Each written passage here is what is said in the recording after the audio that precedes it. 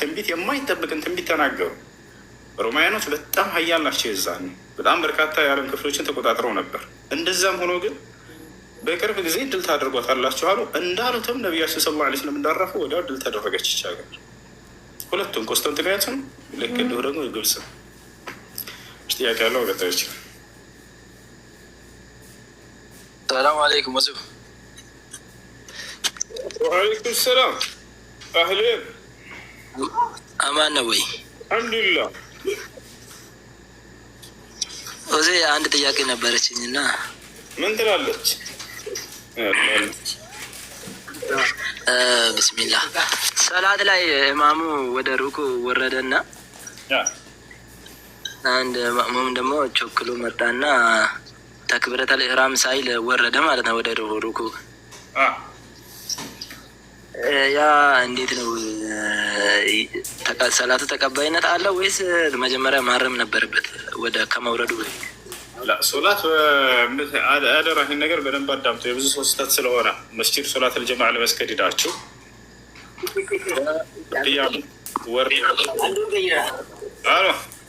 አስረድም የት አድርጋን ወደ ሩኩ ከቅያም ወርዶ ወደ ሩኩ ወይ ወደ ስጁድ ወይንም አልጀልሳ በይነ ስጅደተይን እንደዛ ሆኖ ብታገኙ ምንድን ነው የምታደርጉት? አብዛኛው ሰው ይሳሳታል። ተክቢረቱል ኢሕራም ምናምን ሳይል ቀጥታ አላሁ አክበር ብሎ ወይ ሩኩዕ ላይ ወይ ስጁድ ላይ ይሄዳል። ይሄ ስህተት ነው። ተክቢረቱል ኢሕራም ሩክን ሚን አርካን ሶላህ ፈመን ተረከው ሙተዓሚደን ፈየብጡል ሰላቱ። ተክቢረቱል ኢሕራም መጀመሪያ ላይ አላሁ አክበር ብላችሁ የምትቆሙት እርሱ ተክቢረቱል ኢሕራም ይላል። سمي بتكبيرة الإحرام لأنه حرم جميع ما كنا نعمله قبل الصلاة مثل الأكل والشرب والصلاة والكلام وغيرها من مبطلات الصلاة.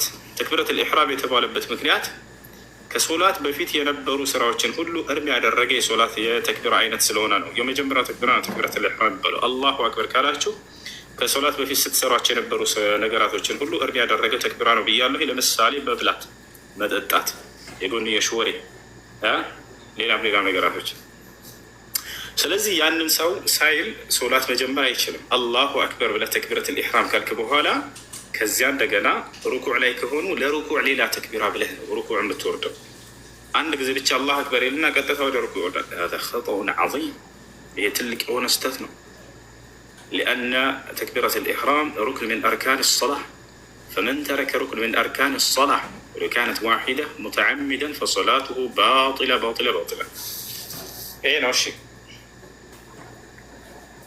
قلت أوفن عندنا برجل تجمر ويس تجمر بزوات بيجي اللي تمثلانه أمثالي كابتشا ستشارو فتاة غلطين عايش እሺ አንድ ሰው ዱዓ ሲያደርግልህ ቆማ አሚን ማለት ይቻላል ወይስ እንዴት ነው?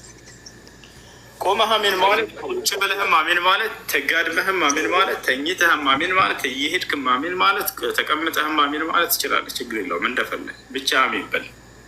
በየትኛው አባባሌ እንዴት መሰለው እዚህ አውፈንና እጅህን እንትን ብለህ አሚን አሚን ብለህ እንትን ማለት ትችላለህ። ለምሳሌ ትችላለህ። ለምሳሌ ትችላለህ። አንድ አይዋ እሺ ጀዛኩሙላህ ኸይር ወያኩ አጎንብሰህ አይቻልም። አጎንብሰህ ነው እንዴ እጅህን ዘርግተህ ብሎ ስለጠየቅ እኔም እኮ እሱን እኮ እጅህን ለምሳሌ ቪዲዮ ልክፈትና ላሳይ ወይስ እንዴት ነው? ቆይ ቪዲዮ ግን መክፈት አልችልም። አጎንብሰህ አሚን ልታሳየን ነው? እንደዛ ለምሳሌ አሁን ለእናቴ ዱዓ ስታደርግልኝ አጎንብሼ አሚን እል ነበር እና እንዴት ነው እሱ ነገር ይቻላል ወይስ አይቻልም? ታሳየን ቪዲዮ ከፍተህ እሺ። ለማንኛውም ችግር እንትና ማን አጎንብሰህ አይቻልም። አጎንብሰህ አይቻልም። ኢነሁ ላ ዩርከዑ ኢላ ሊላህ አሉ ነቢ ሰለላሁ ዐለይሂ ወሰለም። ከአላህ በስተቀር ለሌላ ለማንም አይጎነበስም ብለዋል። በአንድ በተህ አሚን ካልክ በቂ ነው። እሺ ይቅርታ፣ ምንም በአፍህ በምላስህም አሚን ብትል ችግር የለውም። በሶስቱ አይዋ ጀዛኩሙላህ ኸይር ወያኩም።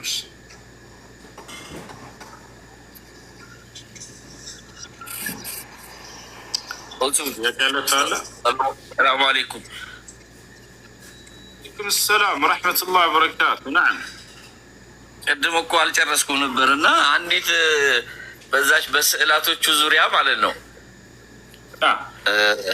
እዚህ ወሎ አካባቢ እኛ አካባቢ አንድ ሼህ ነበሩና በጨዋታ መልክ ያስተላለፏት በስዕሏ ጉዳይ አንዲት ዳዋ ነበረች እና ምናልባት ሰምታትም ሊሆን ይችላል እና ያችን እስቲ ላካፍላችሁና እንደው በጨዋታ ብናወዘው ብዬ እኮ ነው። አይ የመርሃባ እና አንተን ነው በመንገድ ላይ የሄዱ ሰውየው ጨዋተኛ ናቸው እና ትልቅ ሼህ ናቸው። በሙስሊሙም በክርስቲያኑም እንዲሁ የሚወደዱ ሰው የሉ እና የኢየሱስ እና የማርያም የምናምን ፎቶ የሚሸጥበት ቦታ ደረሱ ማለት ነው። አጋጣሚ በዛ እያለፉ ልጅ ይሄ ጎበዝ ማን ነው? ይሄ የሚያምር ጎበዝ አሉት። ኢየሱስ ስዕል በትልቅ ፍሬም ያለ ነው እና ይሄ ጌታችን ነው መድኃኒታችን ኢየሱስ ክርስቶስ አላቸው።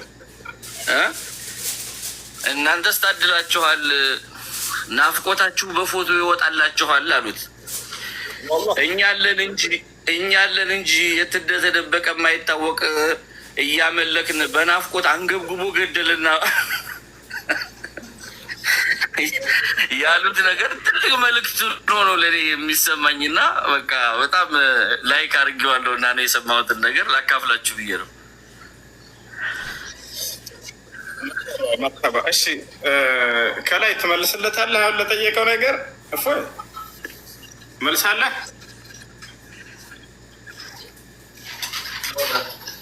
መልሳለህ ሆይ? አላ ስለ ስዕሉ እየተጠየቀ ነው። አሎ አብራራለት አንድ ጊዜ ስህተት ከተነገረ በአሁኑ ላይ እውነትም ከሆነ እውነት ነው በለው። ሂድ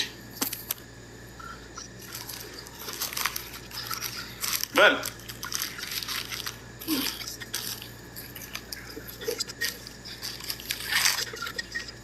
ሲበል እንጂ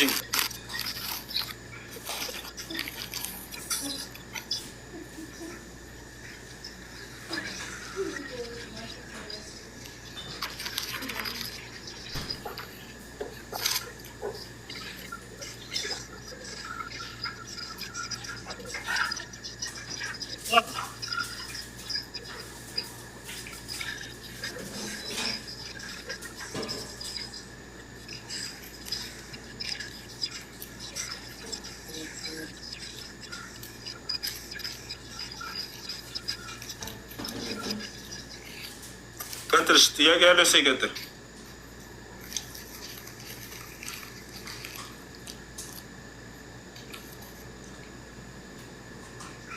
ሰላም አለይኩም ኡስታዝ ሰማህ?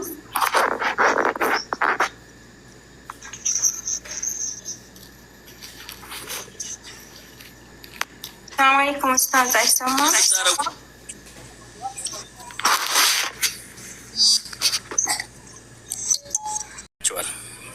ከዛ በኋላ እሳቸውም ጭነው ይሄዳሉ። መጀመሪያ የተነጋገራቸው ደላላም መኪና ይዞ ይመጣል። ከዛን መጥቻለሁ እኮ አላቸው ደውሎ። አረ ወይኔ አንተ መስለኸኝ እኮ ጭኜ ሄድኩኝ፣ በጣም ይቅርታ አሉት። አረ ልብዳወት አላቸው። አረ አላህ ይብዲያህ አሉት። ውይ አላህን ክፉ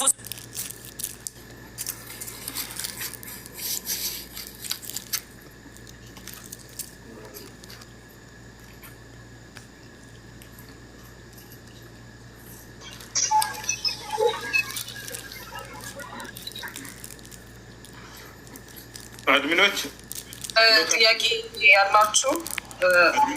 ሰላም አለይኩም ወራህመቱላሂ ወበረካቱ። ጥያቄ ያለኝ ነው ሰው ይሰማል? እራትን ልመልእ እንዴ? ሰላም ነው ሆኗል። ይቻላል። እንደውም ሰደቃ የሚጀምረው ከወንድም ነው።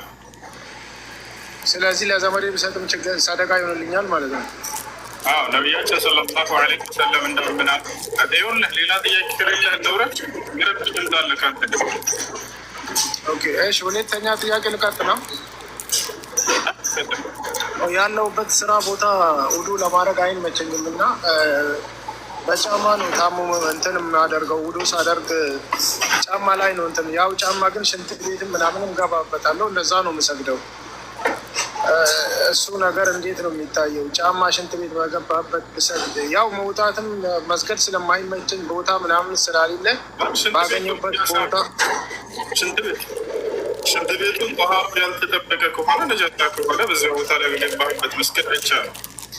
አንዴ ከጨረስክ ቤት አድርገውና ለሁለትንም በማስረጃ አድርገናል። ጨርሰሃል? ጨርሻለሁ። እሺ ያው ማዘልተሽ የመጀመሪያው ጥያቄ ምንድነው? ሰደቃ ለሰደቃ ብዬም ባጠራቀመው ገንዘብ አለኝ ያንን ለወንድሜ መስጠት እችላለሁ ወይ ወይንስ ይሄ እንደ ዝምድና መቀጠል የሚሆነው እንጂ ሰደቃ አይሆንም ወይ ነው? በሁለቱም እንዳታገኛለህ። ዝምድናን እንደመቀጠልም ጭምር ነው፣ ሰደቃ ነው። ይወታቸዋል። ለዚህ ነቢያችን ሰለላሁ ዐለይሂ ወሰለም እንዳውም በላጩ ለቅርብ ዘመድ የሚሰጥ ሰደቃ እንደሆነ ተናግረዋል። በተለይ ለወንድምና ለእህት የተቸገሩ ነቢያችን ሰለላሁ ዐለይሂ ወሰለም ተናገሩ። አሰደቀቱ ሊልበዒድ ሰደቃ ወሰደቀቱ ሊልቀሪብ ልፈቂር ሰደቀቱን ወሲላ አሉ። ለሩቅ ድሃ የሚሰጥ ሰደቃ እንደ ሰደቃ ብቻ ነው፣ እንደ ምጽዋት ብቻ ነው አሉ። ለቅርብ ድሃ የሚሰጥ ሰደቃ ደግሞ እንደ ሰደቃም ዝምድናን እንደ መቀጠልም ጭምር ነው። በሁለቱም መንገድ አጅር ታገኛላችሁ አሉ። በሌላ ሐዲስ ላይ ነቢዩ ሰለላሁ ዐለይሂ ወሰለም ሰደቃ የሚጀምረው ከቤተሰብ ከተቸገሩ ቤተሰቦች እንደሆነ ሲናገሩ ቃለ ነብዩ ሰለላሁ ዐለይሂ ወሰለም ወብደእ ቢመን ተዑል፣ ሰደቃን ስትሰጥ ጊዜ ከምትቀልባቸው ከቅርብ ቤተሰቦችህ ጀምራሉ። አብዛኛው ሰው ለቅርብ ሰው የሚሰጥ ሰደቃ እንደ ሰደቃ አይመስለውም። ልክ አሁን ወንድማችን እንደተረዳው ማለት ነው። ሀገራችን ለብዙ ሰው ይሄን ነው የሚረዳው። ሰደቃ ሲባል ጊዜ የውጭ ሰው አምጥተህ ማብላት ይመስላቸዋል። ያም ሰደቃ ነው። ነገር ግን በላጩ እንዳውም ለቅርብ ዘመዶች መስጠት ነው። የተቸገረ ድሃ እያለ ከቤተሰቦችህ የውጭ ድሃ ፍለጋ መሄድ የለብህ። መጀመሪያ ከዚህ ድሃዎችን አብላቸው፣ እነሱ አድራ መጀመሪያ ያ። ሌላኛው ሁለተኛው ጥያቄ ምን ነበር? ማንም የሚያስታውሰኝ? ማንም የሚያስታውሰኝ? ላይ እንትን ነው ጫማ በጫማ ወዶ ማድረግ እችላለሁ ወይ? በጫማ ነጃሳ የሚረገጥበት ቦታ ከሆነ በዚያ በጫማ መስገድ አይቻልም። ነጃሳ ከረገጠ ግን ያ ጫማ እንደ ጫማ መስገድ ንጹህ እስከሆነ ድረስ ችግር የለውም። ነቢያችን ሰለላሁ ዐለይሂ ወሰለም ከዕለታት አንድ ቀን የዐሱር ሶላትን ለሰሃቦቻቸው ውጭ ላይ ያሰግዷቸዋል በጫማ ጫማ ለብሰው እርሳቸውን ሰሃቦቻቸውን ለብሰው። ስለዚህ ከዚህ የምንረዳው ጫማ ለብሰው መስገድ ችግር የለውም። ነገር ግን መካከል ላይ ሁለቱን ረክዓ አሰግደው ከጨረሱ በኋላ ወደ ሶስተኛው ረክዓ ሊነሱ ሲሉ መልአኩ ጅብሪል ዐለይሂ ሰላም ተገለጠላቸውና ወደ እርሳቸው መጥቶ ሙሐመድ ሆይ የለበስከው ጫማ ከታች ነጃሳ ረግጧልና እዚሁ እያለ ሶላትን ሳታቋርጥ አውልቀው ጫማህን ሶላትን ቀጥል አላቸው። ነቢያችን ሰለላሁ ዐለይሂ ወሰለም ሶላታቸውን ቀጠሉ፣ ጫማቸውን አውልቀው። ከዚህ የምንረዳው ደግሞ የጫማ ነጃሳ ከሆነ በጫማው መስገድ እንደማይቻል፣ ነጃሳ ከሌለው ግን ካረገጠ ንጹህ እስከሆነ ድረስ በዚያ በጫማ መስገድ እንደምትችሉ ከሐዲስ እንረዳለን ማለት ነው። ቀጣይ ክር ሄኖክ አለ። ሄኖክ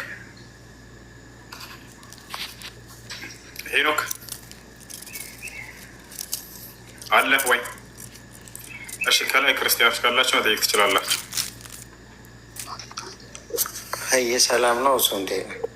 አልሐምዱሊላህ። አንድ ጥያቄ ነበረኝና እሺ፣ ከቁርአን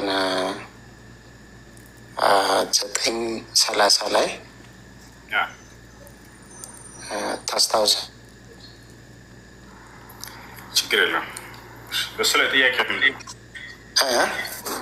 እሱ ላይ ጥያቄ ምንድን ነው? እዛ ላይ እንትን ይላል አንብቤው ነበርና ጀውሾች ኡዘይር ወይ ደግሞ እኛ እዝራ የምንለውን የሀላ ልጅ ነው ይላሉ። ክርስቲያኖች ደግሞ ኢየሱስ የሀላ ልጅ ነው ይላሉ ይላል እና ይሄንን እውነት እንደዛ ብሎ ያምናሉ ብዬ ማለት ቼክ ለማድረግ ሞክሬያለሁ፣ ሪሰርች ለማድረግ ሞክሬያለሁ። አላገኘሁትም። ከባይብል ውስጥም የለም። እነሱ የሚያምኑት ኦልድ ቴስትመንት ምናምን እኛ ጋር ያለውንም እዛ ውስጥም የለም። ታልሙዳቸው ላይ ያለ ብዬም ቼክ አደረኩኝ። እዛ ውስጥም እንደዛ የሚል የለም። እኔ ኤቪደንስ አለ አንተ አየህ ባይብል ላይ የለም ያልከው ኢየሱስ ክርስቶስ የአላህ ልጅ ነው እንዳሉ ተቀምጧል መጽሐፍ ቅዱስ ላይ። ይህን እሱንማ እኔም አምናለሁ እኮ እሱማ በደንብ አለ። ይህ ጀውሾችን ነው ያለው። በጣም ጥሩ። እሱ ነው አንደኛ። ለዚህ ማስረጃ አለ ወይ? አዎ አለ። በነቢዩ ሰለላሁ ዐለይሂ ወሰለም ዘመን መጥተው አይሁዲዎች እዝራ የአላህ ልጅ ነው፣ ይህንን አታምንም ሙሐመድ፣ ይሄን ብታምን እንከተልህ ነበር እያሉ ይናገራሉ። ማስረጃውን ከፍቼ ላሳይ ነው። እሺ አይሁዲዎች እዝራ የአላህ ልጅ ነው እንዳሉ ቁርአን ላይ ነው ወይስ እነሱ የሚያምኑበት መጽሐፍ ላይ አሉ ነው የሚለው? ቁርአኑን አንብበው ከሆነ ወቃለቲል የሁዱ ነው የሚለው፣ አይሁዳውያኖችም አሉ ነው የሚለው። በመጽሐፋቸው ላይ ተጽፏል የሚል የለም። ስለዚህ ጥያቄው ምንድን ነው የሚሆነው? ይሄን ነገር እንዳሉ ማስረጃ አለ ወይ ነው። ገብተዋል? በመጽሐፉ ተጽፏል ቢባል ለምሳሌ ሉቃስ መጣና ወይ ማቴዎስ መጣና ምን ይላሉ? መጽሐፍ ቅዱስ ላይ በመጽሐፍ ላይ እንዲህ ተብሎ እንደተጻፈ ይላሉ። እዛኔ የቱ ጋር ነው የተጻፈው ብለን ጠይቃቸዋለን። በቁርአንም ላይ ልክ እንዲሁ በመጽሐፋቸው ላይ እንዲህ ብሎ ተጽፏል አይሁዶች መጽሐፍ ላይ ቢል ትክክለኛ ነው ጥያቄ። የቱ ጋር ነው መጽሐፋቸው እዝራ የአላህ ልጅ ነው እንዳሉ አሳየኝ ማለት ይችላል። ግን ምንድን ነው የሚለው? አሁን እኮ የእኛውን የሚለየው የክርስቲያኖች ኢየሱስ ክርስቶስ የእግዚአብሔር ልጅ ነው ብለን እናምናለን ብቻ ሳይሆን መጽሐፍ ላይ አለ። ክርስቲያኖ ነው ያንንም ማያምን የለም። እንደዚሁ ብትጠይቀው ራሱ ክርስቲያኖ ነው ኢየሱስ ክርስቶስ የእግዚአብሔር ልጅ ነው ብለህ ብትጠይቅ ኤቭሪዋን ብሊቭስ ማንም ሰው ያምናል። ግን አሁን እዚህ ጋ እኔ ያልኩት ያ የተባለው ቁርአን እንግዲህ ኢተርናል ነው አይደለ? ዘላለማዊ ነው ቁርአን የተጻፈው በዛ ጊዜ ብቻ ለመጡት ሰዎች ብቻ ሳይሆን ይሄ መሐመድን ያናገሩት ወይ ደግሞ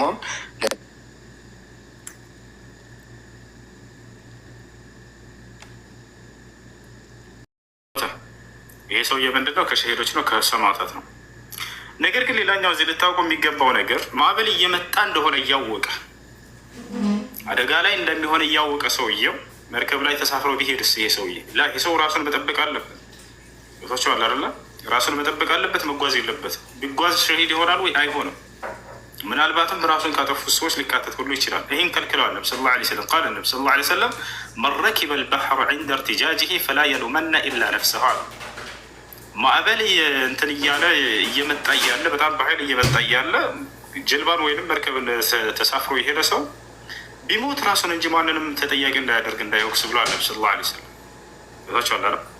ስለዚህ ሁለተኛው ምንድን ነው? ውሃ ውስጥ ሰምቶ የሞተ ሰው ሸሂድ ነው የተባለው ነው። ሌላኛው ምንድን ነው? አልመጥዑን በወረርሽኝ ምክንያት የሞተ ሰው። ወረርሽኝ ምንድን ነው? ተላላፊ የሆነ በሽታ ነው።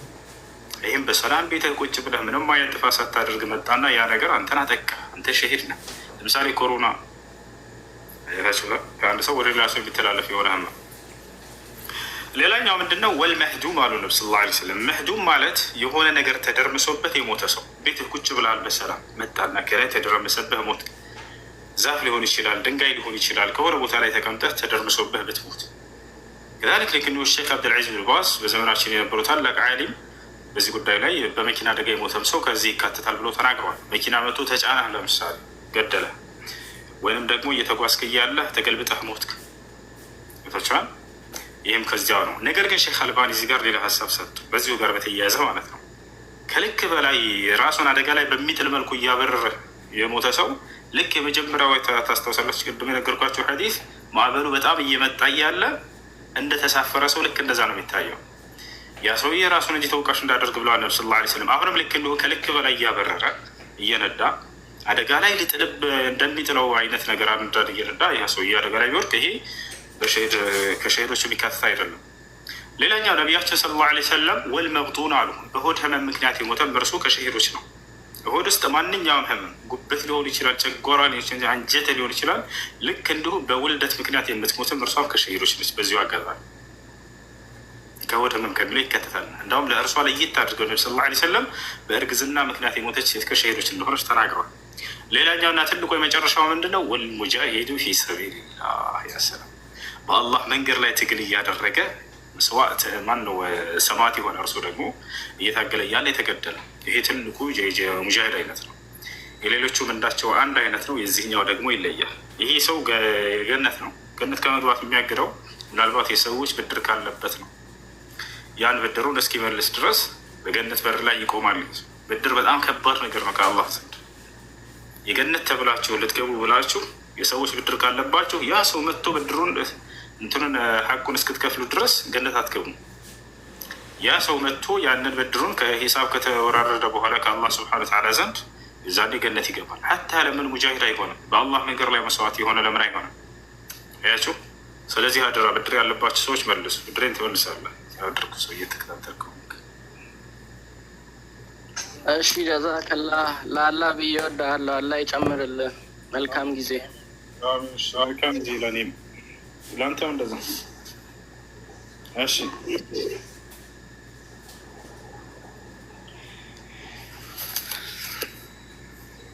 እሺ ሶላት እኛ ጋር እዚህ ዞር እየደረሰ ስለሆነ ልወጣ ነው። ኤልያስ፣ ማሂር፣ መሲ እና ደግሞ ማን ናቸው? ጃስሚን አሉ። አፖስቶሊክ ቸርች የሚል ክርስቲያን ልጅ አለ መሰለኝ። አዋርት ክርስቲያን ካለ ለዚህ ጥያቄ ያለው ገብቶ መጠየቅ ይችላል።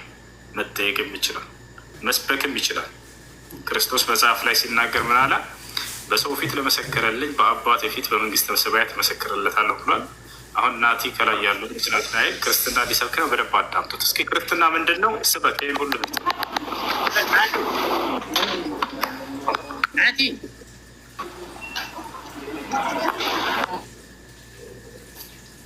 ናቲ አለ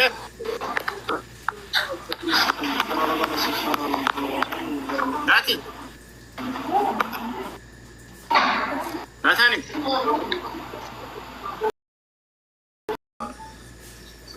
እንወያይ። እናንተ በዚህ ክርስትና ላይ ነው እስልምና ላይ የዘላለማዊ ህይወት ያለው የሚለውን ትወያያለህ? ሰዓት ሰጥቼ በእስልምና ማለት ትወያያለህ? ሰዓት ሰጥቼ ልታወራ ላደርግህ ነው። እናወራለን፣ ችግር የለውም። በቃ ትጀምራለህ። ልጀምር። የዘላለማዊ ህይወት በእስልምና ነው በክርስትና ያለው የሚለውን በእስልምና እንደጠየቁ ዘላለም ህይወትን አላህ ይሰጣል የሚለው ማስረጃ ታወጣለን። ይህ ደግሞ የዘላለም ህይወትን ደግሞ ኢየሱስ ክርስቶስ እንደሚሰጥ ደግሞ ማስረጃ ይሰጣል። ኢየሱስ ክርስቶስ የዘላለማዊ ህይወትን መንግስተ ሰማያትን መስጠት ይችላል። በሚገባ አሳያለሁ። ጥቅሱን አወጣለን። ማቴዎስ ወንጌል ምዕራፍ 20 ቁጥር 22 አውጣው። መስጠት አልችልም ብሎ ቃል በቃል ኢየሱስ ተናግሯል። መጀመሪያ የአንተ ማስረጃ ስጠኛ። እኔ አላህ ይሰጣል ያልከው ማስረጃ ስጠኝ ያልኩህ። ችግር የለውም። መጀመሪያ ጥያቄ ችግር የለውም። ቁርአን ጋር ነው? ቁርአን ጋር ነው? ከምንድን ነው? ከቁርአን ጋር። እሺ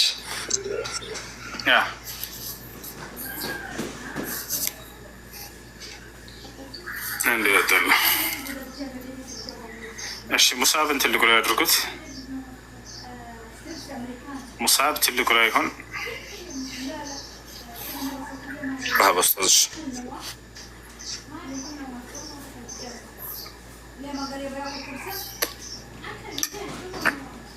እሺ ምዕራፍ 2 ቁጥር 82 እንዳውጣለን። አንተ ታወራለህ ወይንስ እኛ እናውራ? ምረጣተ ወይና ትልቁ ላይ ላድርግህና ከአንተ ጀምሮ ማለት ማስረጃ ሂድ። በቃ ሙሳብ ክፈትለት። ምዕራፍ 2 ቁጥር 2 ማን ነው 82 ላውጣለት።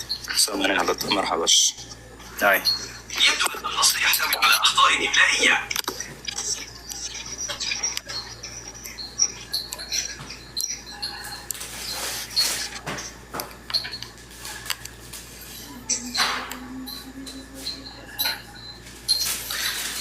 ያውና ምን ይላል አላህ ስብሓነ ወተዓላ ሲናገር እዚህ ቦታ ላይ ቁጥር 82 ወደ ታች አውርደው፣ እነዚያም ያመኑት በጎ ስራዎችንም የሰሩት እነዚያ የገነት ጓዶች ናቸው፣ እነርሱ በእርሷ ውስጥ ዘለዓለም ዘውታሪዎች ናቸው ይላል። አላህ ስብሓነ ወተዓላ ላመኑ ሰዎች ለሙስሊሞች ዘለዓለማዊ ህይወት እንደሚሰጣቸው እዚህ ጋር በዚያም ውስጥ ለዘላለም እዛ እንደሚዘወትሩ ይናገራል። እሺ ይህ ነው ኢየሱስ ክርስቶስ የዘላለማዊ ህይወትን ይሰጣል። ገነትን ክርስቶስ የተናገረበት ሰማለህ አንተ? ኢየሱስ ክርስቶስ መንግስተ ሰማያትን መስጠት ይችላል። ህይወትን መስጠት ይችላል አይደለ? አሁን ስለ ገነት ነው እያወራን ያለው። ገነትን ቋን ያው ገነትን ያውና ኢየሱስ ክርስቶስ ገነትን መስጠት ይችላል። መንግስተ ሰማያትን በመንግስት አሁን አንተ ሊያስቀምጥህ ይችላል። የዘላለም በሚገባ የዘላለም ህይወትን በእኔ ያመነ የዘላለም ህይወትን ያገኛል። እሱን አይደለም የጠየቁት። የዘላለም ሕይወትን ይሰጣል ማለት ነው። እሱን አይደለም የጠየቁት። በመንግስተ ሰማያት አንተን ሊያስገባህ ይችላል ወይ ኢየሱስ ክርስቶስ? በመንግስተ ሰማያት እንዴት እያልኩን እኮ በእኔ ያመነ ሕይወትን የዘላለም ሕይወትን ያገኛል ይላል። የዘላለም ሕይወትን ማለት ምንድን ነው? አይደለም መንግስተ ሰማያት ያልኩት። መንግስተ ሰማያት የዘላለማዊ ሕይወት ለሁለት እንደሚከፈል ለዚያ ነው መጀመሪያ ነገርኩህ። አንደኛ እውቀት የዘላለማዊ ሕይወት ተብሏል። ይህ የምትሰሙት ቃል የዘላለማዊ ሕይወት ነው አለ መጽሐፍ ቅዱስ አስተምሮቱም ማለት ነው። እሱን አገኛለሁ ከሆነ ይህ ገነት አይባልም። ነገር ግን ጥያቄ ሀሳቡ ምን መሰለህ? አሁን ቃል በቃል ያሳየው አላህ ገነትን በእርሷም ውስጥ የዘላለም ሕይወትን እንደሚሰጠን እየተናገረ ነው። ኢየሱስ ክርስቶስም ልክ እንዲሁ ክርስቲያኖች ገነት ይገባሉ የሚል ቃል እንዳው ተናግሮ ከሆነ እሱም ቢሆን ችግር የለውም። ወይም አንድ ነቢይ መጽሐፍ ቅዱስ ላይ ክርስቲያን ገነት ይገባል የሚል ቶ ችግር የለውም። ይሄም አይኑር። ኢየሱስ ክርስቶስ በመንግስቱ አንተን ሊያስቀምጥህ ይችላል። መንግስተ ሰማያት ሊያስገባህ ይችላል። አዎ ማስረጃ እሺ ዮሐንስ ምዕራፍ 14 ቁጥር 6 እናውጣለች። ምን ይላል እሱ ጋር? በመንግስተ ሰማያትን ያስገባቸዋለሁ ብሏል። አቶ እና አንብበው፣ ከዛ ሌላም እጠቅስልሃለሁ። ችግር የለውም አንብበው አንተ። ወይስ አንተ ማውጣት ካልቻልክ ችግር የለውም እና ማለት ነው። አይ እኔ ማውጣት ስለማልችል ነው። ምዕራፍ ልንገርህና ዮሐንስ ምዕራፍ 10 ቁጥር 28 ላይ ማውጣልኝ። በቃ ሙሳ ባውጣለት።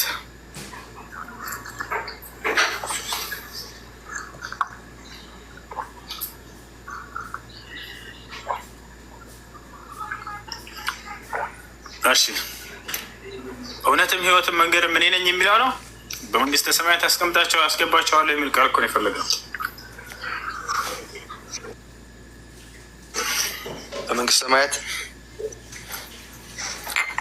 በአጭሩ እኔ ንገርህ፣ ኢየሱስ ክርስቶስ መንግስተ ሰማያት ማስገባት አይችልም። እንደማይችል ቃል በቃል የተናገረበትን ልስጥህ። ምን ትላለህ? እስኪ ማስረጃ መስ ማቴዎስ ወንጌል ምዕራፍ 20 ቁጥር 22 አውጣለት አንዴ።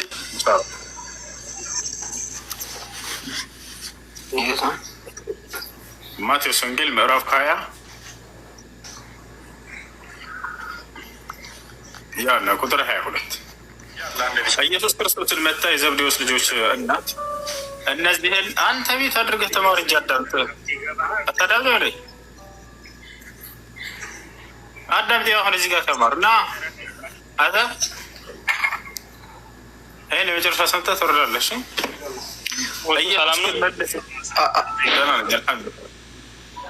ሚኪ አንብብልን። ያው ምን ይላል እዚህ ጋር? እኔ ሌላ ልስጥህ። ቆይ አንድ ጊዜ ኢየሱስ ይኸው መንግስተ ሰማያትን መስጠት አልችልም ብሎ ቃል በቃል ይናገራል። ያው በእሱ ላይ እሱ ያስገባናል። መንግስተ ሰማያት ያደርጋላችሁ እንደሚችል ይሰጣል እና አልችልም እያለ እየተናገረ ቃል በቃል አንብበው። ምን ይላል? የሚያነብ ክርስቲያን ካለ አንብብ።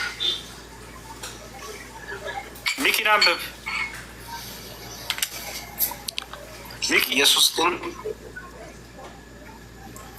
ኢየሱስ ግን መልሶ የምትለምቱን አታውቁም፣ እኔ ልጠጣው ያልኩትን ጽዋ ልትጠጡ፣ እኔም የምጠመቀውን ጥምቀት ልትጠመቁ ትችላላችሁ እንችላለን አሉት። እርሱም ጽዋዬን ትጠጣላችሁ፣ በቀኝና በግራ መቀመጥ ግን የት? መንግስተ ሰማያት ማለት ነው። ከአባቴ ለተዘጋጀላቸው እንጂ እኔ የምሰጥ አይደለሁም አላቸው ይላል። አላሁ አክበር። እርሱ መስጠት አይችልም። ቃል በቃል እኔ የምሰጥ አይደለሁም ብሎ ተናግሯል። ኢየሱስ ክርስቶስ እኔ መንግስተ ሰማያትን መስጠት አልችልም፣ ይህ ለአብ ላዘጋጀላቸው ሰዎች ብቻ ነው አለ። መስጠት የማይችል አካል እኔ መስጠት አልችልም ካለ እንዴት ነው አምላክ ብላችሁ ያመናችሁት? እኔ የምሰጥ አይደለሁም አለ። እኔ የምሰጥ አይደለሁም ያንን አለ። በቃ ልጆቿን እየጎተተች መታ እነዚህ ልጆቼ ከቀኝና ከግራህ በመንግስትህ እንዲቀመጡ አድርግልኝ አለችው። እኔ የምሰጥ አይደለሁም ማለት እኔ የምሰጥ አይደለሁም። ኦኬ መጽሐፍ ቅዱስ እንዳውዱ እንደ መግቢያው ልተረጉሞ ይገባል። በቀጥታ ራሱ ህይወት እንደሚሰጥ ተናግሯል። ሚኪ ወጣ በሪከርደን ሰብስበህ አዳምጥ። እዛ እኔ ጋር እናወራ፣ ችግር የለው። ቀጥል። ምንድነው ያቺ ሴትዮ እንደ ምድራዊ ሰው አይተው ነው መጀመሪያ ይህን ስጠይቀው በመቀጠልም የዘላለም ህይወት እንደሚሰጥ ላሳይህ። የዘላለም ህይወት ምንድን ነው? ስንት ትርጉም አለው? የዘላለም ህይወት ማለት ህያው የሆነ ህይወት፣ የማይሞትን ህይወት በመንግስተ ሰማያትም የሚሰጥ ማለት ነው። በቃ ዮሐንስ ወንጌል ምዕራፍ 10 ከቁጥር 27 እስከ 28 ያለውን አወጣለሁ። ድምጽ ይቆራል። የዘላለም ህይወት ማለት ምን ማለት ነው? በመጀመሪያ ትርጉሙ የዘላለም ህይወት ማለት የማይሞት ህያው የሆነን ህይወት የሚሰጥ ማለት ነው። ያ ብቻ አይደለም፣ ሌላኛ ትርጓሜ ምንድን እሱን መስጠት እንደማይችል እኔ ያሳየው ቃል በቃል በመንግስትህ እንዲቀመጡ አድርግልኝ ስትለው ጊዜ እኔ ይህንን የምሰጠው አይደለሁም ማለት። ይህንን አሁን የገለጽከውን አይችልም ኢየሱስ። ሁለተኛ ሌላ የዘላለማዊ ህይወት ትርጉም አለው። ሁለተኛው ምንድን ነው ትርጉሙ? የዘላለም ህይወት ማለት ህያው የሆነ የማይሞት ነው። ይሄ በእኛ ነው። በቃ ህያው የሆነን ህይወት የሚሰጥ ነው። ሌላ ሁለተኛ ትርጉም አታውቀው። ሌላ የዘላለማዊ ህይወት አለ። ቆይ ነው የሚገር እሺ። ሌላ የዘላለማዊ ህይወት ምንድን ነው? እውቀት የዘላለማዊ ህይወት ነው። እውቀት አምላክ ለነቢያት የሚሰጣቸው እውቀት እርሱ የዘላለም ህይወት ነው። እሱን ኢየሱስ መስጠት ይችላል ወይ? እሱን እኔ ራሱ መስጠት ይችላለሁ። ኢየሱስም ይችላል፣ ሁሉም ሰው ይችላል። አማኝ የሆነ ሰው ህያው የሆነ ህይወት መስጠት ትችላለህ አንተ? አዎ የዘላለም ህይወት እውቀት ነው እና እሱን መስጠት ይችላለሁ፣ አስተምራለሁ። ላሳይህ ማስረጃ መጽሐፍ ቅዱስ ላይ እውቀት የዘላለማዊ ህይወት እንደሆነ። እውቀትም የዘላለም ህይወት ነው፣ ግን ሊሆን ይችላል። እሱን ነው ኢየሱስ መስጠት የሚችለው። እሱን ነው ኢየሱስ መስጠት የሚችለው። መልካም እሺ፣ ይሁን አውጣው እስኪ ማር ላለ የፈለኩት እሺ ዮሐንስ ወንጌል ምዕራፍ 17 ቁጥር 3 ላይ አውጣለት። አንድና ብቸኛ እውነተኛ የሆነውን አምላክ አብን ማወቅ፣ ኢየሱስ ክርስቶስን መልእክተኛ መሆኑን ማወቅ ይህ የዘላለማዊ ህይወት ይባላል እኮ። ሌላ ልንገርህ ወይስ ኢየሱስ አሁን ይሄን እውቀት መስጠት ይችላል? እያዳመጥከኛ? እኔ ያልኩ ዮሐንስ 10 ከ27 እስከ 28 ነው። አንዴ ይሄን አንብበው። እዚህ ጋር ምን ይላል? ይሄ እውነተኛ አምላክ ብቻ የሆነን አንተን የላከውንም ኢየሱስ ክርስቶስን ያወቅ ዘንድ ይህ የዘላለም ህይወት ናት። ይህን እኮ እኔ እንትን አላልኩም፣ አልተቃወምኩም። ግን ዮሐንስ ወንጌል ምዕራፍ 10 ከቁጥር 27 እስከ 28 ያለውን አውጣልኝ። በቃ አውጣለች፣ ችግር የለም። የሚፈልገው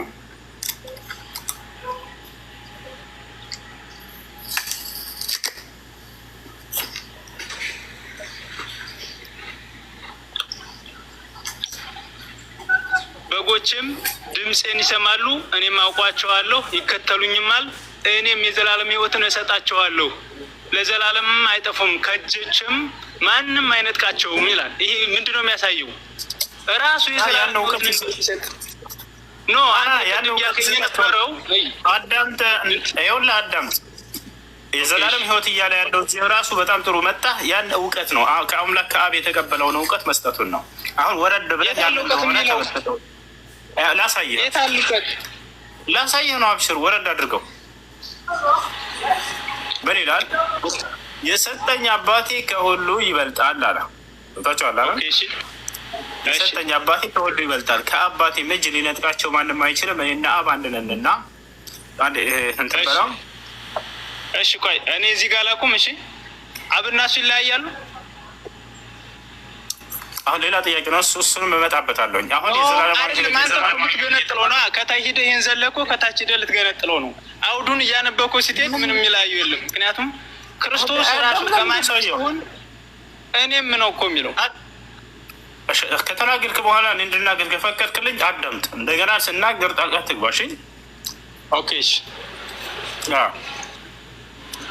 እዚህ ጋር የዘላለማዊ ህይወት የሚለው ምንድን ነው ከተባለ የኢየሱስ ክርስቶስ ትምህርት ነው፣ ሌላ ነገር አይደለም።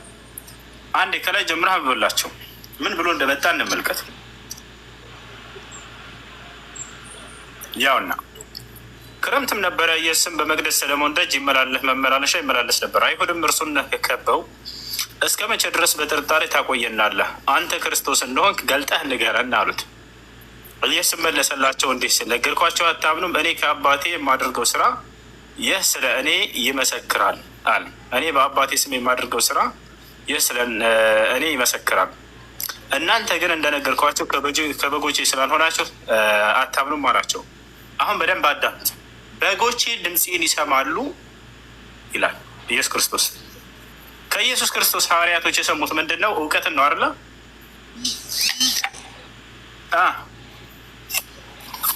ድምፄን የሚለው ምንድን ነው? ይሄን እውቀት ሰጥቷቸዋል ለሐዋርያቶች። ድምፄን ይሰማሉ ይከተሉኝማል አለ። ያን ትምህርትን ሰምተው ተከትለውታል። እሱም ነው እኔም የዘላለም ሕይወትን እሰጣቸዋለሁ እያለ ያለው። የሰጣቸው ምንድን ነው? እንዳውሉ እውቀት። ስለዚህ ያ እውቀት ምንድን ነው? የዘላለም ሕይወት ነው። አለቀ እኮ። አላህ የዘላለምን ሕይወት እንደሚሰጠው ክርስቶስም የዘላለም ሕይወትን ለሚከተሉት ለበጎቹ ድምፁን ሰጥቷቸዋል ነው የኔ መልስ። ካገኘኝ ይሄን ድምፅ ከማን ሰምቶት ነው ኢየሱስ?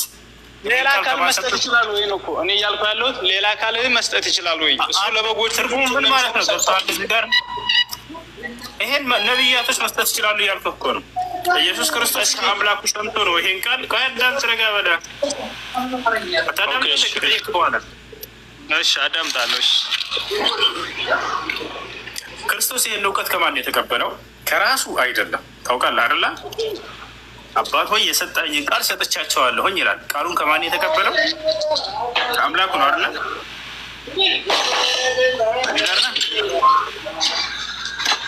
ክርስቶስ አምላክ የለውም። ሰው እንደመሆኑ ማንኛውም አምላክ አለው። በሰውኛነቱ አምላክ አለው። ምክንያቱም ኦሪት ላይ የስጋ ለባሽ ሁሉ አምላክ እግዚአብሔር ይላል እና ስጋ ስለለበሰ አምላክ አለው ተብሎ ተነግሮለታል። ግን በአምላክነቱ አምላክ አለው አይባልም። ወደ እሱ እንመጣበታለን። ያን ቃል ኢየሱስ ክርስቶስ ከራሱ ነው ወይንስ ከአምላኩ ተቀብሎት ነው? ከአብ ተቀብሎት ነው።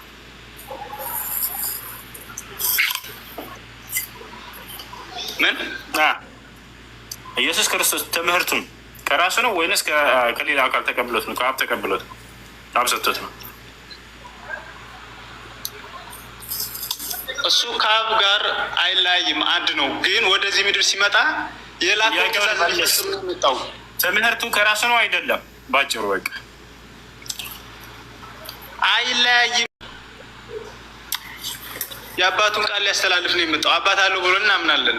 ስለዚህ የራሱ ቃል አይደለም ማለት ነው። ከራሱ ተቀብሎት ነው። ሰው ሆኗል እኮ በለበሰው ስጋ መሰረት እኮ። ስለዚህ ትምህርቱ የእሱ አይደለም። በላንድ ጊዜ ድምፅ ከፍ አድርገን ለእሱ አይደለም ማለት ትምህርት።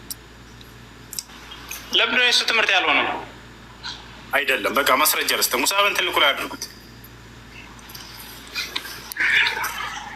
ኖ መጽሐፍ ቅዱስን እንዳገባብ አንተ በፈለግከው መንገድ ፍጹም ሰው መሆኑንና እኔ በፈለግኩት መንገድ አይደለም፣ ቃል በቃል ኢየሱስ የተናገረውን ነው የምሰጠው። አንድ ሙሳብ ክፈት። ዮሐንስ ወንጌል ምዕራፍ 14 ቁጥር 24 አበሽ ኡስታዝ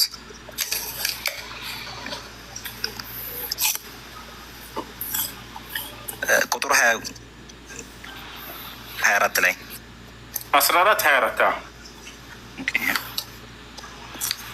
አሁን ትምህርት የሱ እንዳልሆነ በደንብ ተመልከት። ያው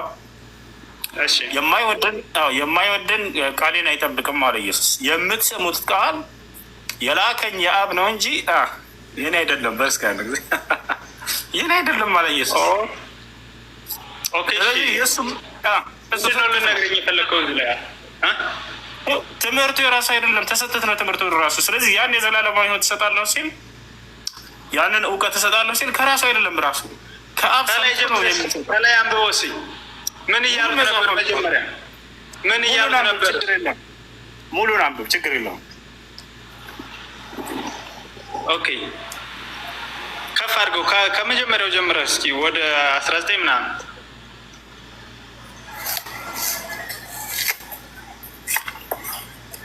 18 ላይ ወላጅ እንደሌላቸው ልጆች አልተዋችሁም፣ ወደ እናንተ እመጣለሁ። ገና ጥቂት ዘመን አለ፣ ከዚህም በኋላ ዓለም አያየኝም፣ እናንተ ግን ታዩኛላችሁ። እኔ ሕያው ነኝና እናንተም ደግሞ ሕያዋን ትሆናላችሁ። እኔ በአባቴ እንዳለሁ እናንተም በእኔ እንዳላችሁ እኔም በእናንተ እንዳለሁ በዚያን ቀን ታውቃላችሁ። ስለዚህም በእርሱ ዘንድ ያለችው የሚጠብቃትም የሚወደኝ እርሱ ነው። የሚወደኝንም አባቴን ይወደዋል፣ እኔም እወደዋለሁ፣ ራሴንም እገልጥለታለሁ። ያስቆሮቱ የአይደለ ይሁዳ ጌታ ሆይ ለዓለም ሳይሆን ራስህን ለእኛ ልትገልጥ ያለህ እንዴት ነው አለው። ጠይቆት እኮ ነው እዚህ ጋር ይኸው ያስቆሮቱ የአይደለ ይሁዳ ጌታ ሆይ ለዓለም ሳይሆን ራስህን ለእኛ ልትገልጽ ያለህ እንዴት ነው አለው። ኢየሱስም መለሰ አለው የሚወደኝ ቢኖር ቃሌን ይጠብቃል አባቴንም ይወዳል። 22ን በደንብ ግልጽ ላድርገው። ጌታ ሆይ ለዓለም ሳይሆን ራስህን ለእኛ ልትገልጥ ያለህ እንዴት ነው አለው። ጠየቀው ጥያቄ። ኢየሱስም መለሰ አለው የሚወደኝ ቢኖር ቃሌን ይጠብቃል አባቴም ይወደዋል። ወደ እርሱም እንመጣለን በእርሱም ዘንድ መኖሪያ እናደርጋለን። የሚወደኝም ቃሌን አይጠብቅም የማይወደኝም ቃሌን አይጠብቅም። የምትሰሙትም ቃል የላከኝ የአብ ነው እንጂ የኔ አይደለም አላቸው ይላል። ስለዚህ ትምህርቱ ኢየሱስ ክርስቶስ የሚያስተምረው ትምህርት የራሱ ሳይሆን የአብ ነው ማለት ነው አይደለ? ይሁን እኮ እኛ አሁን እዚህ ጋር ግልጽ እንድታደርግልኝ የፈለኩት ማለት አምላካችን አባት አለው ብለን እናምናለን። የራሱ የሆነ ትርጓሜ ያለው ቀጥታ የሚፈታ አይደለም። ጥያቄ ሲጠይቀው ምንድን ነው እሱ አምላክ ሰው ነህ ወይ እንደማለት ጥያቄ እኮ ጠየቀው። ለምን ራስህን ልትገልጽ ወደድክ ሲለው የላከኝን የአባቴን ትእዛዝ ልፈጽም ነው እንጂ ወደዚህ ምድር የመጣሁት ራሱን ዝቅ ማድረግ እኮ አይጠበቅ ማለት ሰው ባይሆን እኮ ቀጥታ በደንብ አልተዘጋጀሁበትም። ጥያቄ አለኝ ጠይቄ እወጣለሁ። እሺ ጥያቄ ነው። ከነቢያቶች ሁሉ ኃጢአት ያልሰራ አለ የለም? በእስልምና አስተምሮ አንድም ኃጢአትን አላደረገው ነቢያቶች። ሁሉም ኃጢአት አልሰሩም? በእኛ ማዕሱም ናቸው፣ ከኃጢአት ጥብቅ ናቸው። እርግጠኛ ነህ? ሷሂህ አልቡኻሪ 59:17 እስኪ ክፈትልኝ። እዛ ላይ ምን ይላል? ክፈተውና እናየዋለን። እስካሁን ከፍተው ድረስ ምን አይተህ ነው እዛ ጋር ንገረን። አብረን ብናየው ይሻላል። ችግር የለውም። እሺ በቃ ሻዊት ሰላም ነው? እንዴት ነው? ስላልያዝኩኝ ሀሳቡን እንዳልቆራርጠው ብዬ ነው። እዛው ተርጉመን እናየዋለን።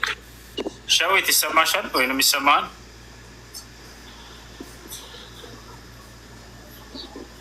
ይሰማል? 59:47 ነው። 59:17 ችግር የለውም። 59:17 ምን ነበር ሻዊት? ሻዳ ለመያዝ ነበር። እሺ ከዚህ ክርስቲያን ነሽ? ኦርቶዶክስ ነው። እሺ እስልምና እንድትቀበይ ያስገደደሽ ጫና ያደረገብሽ የለም? የራስሽ ፈቃድና ፍላጎት ነው አይደለም? ያው በራሴ ፈቃድ ነው። ያው 2 ዓመት ላርግ ነው።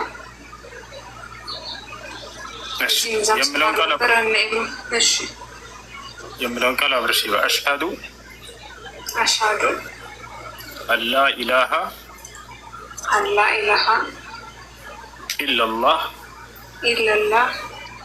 ወአሽሀዱ አነ ሙሐመደን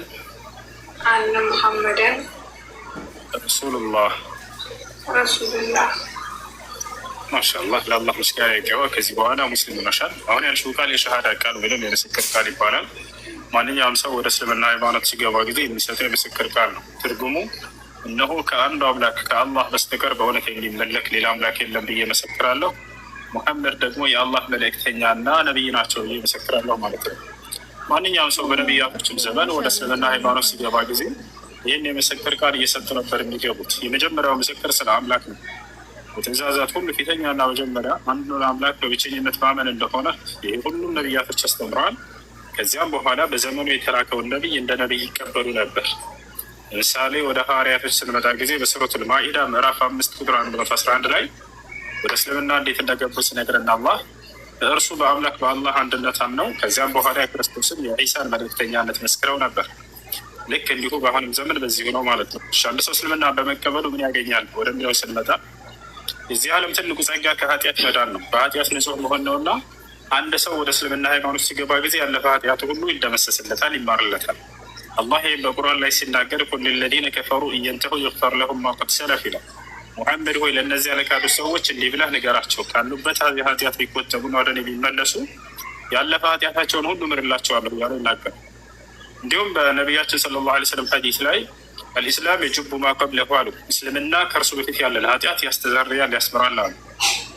እሺ በቀጣዩ ዓለም ያለው ትልቁ ጸጋ ምንድን ነው ከተባለ በቀጣዩ ዓለም የዘላለማዊ ህይወትን መጎናጸፍና መውረስ ነው። በዚያ ውስጥ ገነትን ማግኘት ነው። የአምላክን ውዴታና ውዳሴ መጎናጸፍ ነው። ታዲያ ለሰለሙ ሰዎች ይህን አላህ እንዳዘጋጀላቸው ቃል በቃል በርካታ ቦታ ላይ በራሱ አንደበት ነግሮናል። አላህ ስብሐነ ወተዓላ በቁርአን ላይ ሲናገር ኢነ ለዚነ አመኑ ወዐሚሉ ሷሊሓት ለሁም ጀናቱ ነዒም ኻሊዲነ ፊሃ ይላል። እነዚያ በእኔ ያምነው መልካምን ለሰሩ ሰዎች ለእነርሱ የገነት ጸጋ አለችላቸው፣ በእርሷም ውስጥ ለዘላለም ዘውታሪዎች ናቸው እያለ ይናገራል። ነቢዩ ሰለላሁ ዐለይሂ ወሰለም ሐዲስ ላይ ሲናገሩ አልጀነቱ ላ የድኹሉሃ ኢላ ነፍሱ ሙስሊማ ነው። ገነትን ሙስሊም ነፍስ እንጂ ሌላ ማንም አይገባባትም እያሉ ተናግረዋል ማለት ነው።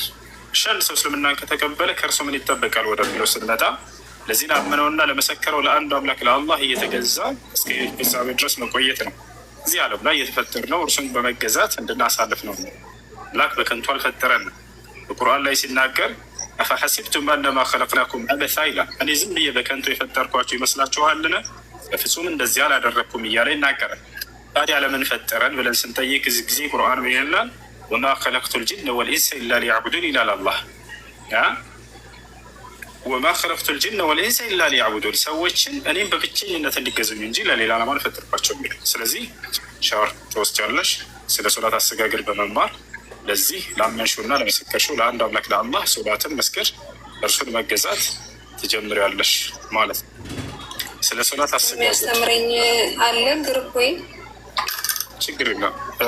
ኮሜንት ላይ እንትኖች አድሚኖች በውስጥ አናግሯት፣ አድሚኖች ያናግሩሻል። አሁን የሴቶች ግሩፕ አለ የራሳቸው ያስገቡታል፣ ያስተምሩሻለሽ። እንደዚህ ማድረግ ቤተሰብ ሳያውቅ መቀጠል ይችላለሁ? ይቻላል። ትችያለሽ። ይቻላል። በቤተሰብ መናገር ግዴታ አይደለም። በአንቺና በፈጣሪሽ መካከል ብቻ ነው የሚሆነው። እሺ መርሐባ አለ ወደ ወገናችን ከታች አለ። እሺ ሶሒህ ቡኻሪ 59:17 ነው ያልከው አይደለ? 59:17 አንተ ታስረዳናለህ ወይስ እኔ ላስረዳህ? እንትን ልበልልህ፣ ላስረዳህ፣ ልተርጉምልህ? ታወጣውና ትተረጉመዋለህ። ከዛ እናየዋለን። በአማርኛም ታደርገዋለህ። ያው እናሽ እዚህ ጋር ያለው በአረበኛ አለ፣ በእንግሊዝኛ አለ። አንተ በተመቸህ አንብብና እዚህ ጋር ኃጢአት የምትለውን ነገር ኖ ኃጢአት ማለት እኮ ምንድን ነው የሚለው አዲሱ መጀመሪያ አንዴ እንትን ስልኬ ላይ ስለሆነ ነው አዘጋጅቼ ያስቀመጥኩት። ለአንብበው ወይ አላስወጣኝ? ችግር የለውም። አንብበው ብለው ጽፈን በአማርኛ ጽፈህ ሰጥተው ነው ኖ ና ችግር የለውም። በአማርኛ ተርጉም አንተ ወይም ችግር የለውም። እዚህ ጋር ስለ ኃጢአት ያወራል። እሺ ማን ነው ስምህ? ከይቅርታ ጋር ስለ ኃጢአት እያወራ አይደለም የሚናገረው። ስለምን መሰለህ? حدثنا أحمد بن يونس حدثنا إبراهيم بن سعد حدثنا ابن شهاب عن عبيد الله بن عبد الله عن ابن عباس رضي الله عنهما قال كان النبي صلى الله عليه وسلم يحب موافقة أهل الكتاب فيما لم يؤمر به. يا الله ملك ثانيا نبي محمد صلى الله عليه وسلم كأملاكاቸው ዘንድ ትእዛዝ ባልመጣላቸው ነገር ላይ ትእዛዝ ባልመጣላቸው ጉዳይ ላይ የመጽሐፉ ሰዎች ጋር መመሳሰል ይወዱ ነበር ይላል። የተዋላረን አምላክ ያልከለከለው ነገር ከሆነ በዚያ ነገር ላይ ነቢያችን ሰለላሁ ዐለይሂ ወሰለም ሰዎች ጋር ለመለማመድ ሲሉ እነዚያን ሰዎች ወደ ራሳቸው ሊያቀርቧቸው እንዲሁም ደግሞ ከእነርሱ ጋር ለመለያየት እንትን እንደማይሉ ለመግለጽ ባጭሩ ባልተከለከሉትና ባልታዘዙት ነገር ላይ ነቢዩ ሰለላሁ ዐለይሂ ወሰለም የመጽሐፉ ሰዎች ጋር የሚያደርጉትን አንዳንድ ተግባር የመሳሰሉላቸው ነበር ይላል። ወካነ አህሉል ኪታብ ይስድሉን አሽዓረሁም የመጽሐፉ ሰዎች ጸጉራቸውን ይለቁ ነበር ይለቁት ነበር ጸጉራቸውን። ወካነ አልሙሽሪኩን ይፈሪቁን ሩኡሰሁም አጋሪዎች ደግሞ ጸጉራቸውን ይከፋፍሉት ይለያዩት ነበር። ፈሰደለ ነቢ ሰለላሁ ዐለይሂ ወሰለም ነቢዩ ሰለላሁ ዐለይሂ ወሰለም ያንን ጸጉራቸውን ለቀቁት። ثم فرق بعد ከዚያ በኋላ ነቢያችን ሰለላሁ ዐለይሂ ወሰለም ለዩት ይላል። ይህን ይመስላል። እዚህ ላይ ምንም የተነሳ ኃጢአት ነገር የለም። እንዲህ አይነት ኃጢአት ሰርተዋል የሚል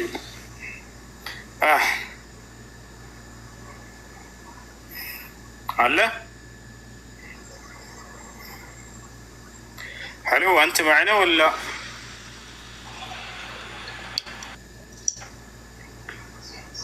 አንተ ማዕና ወላ ضدنا አለህ ወይ? እሺ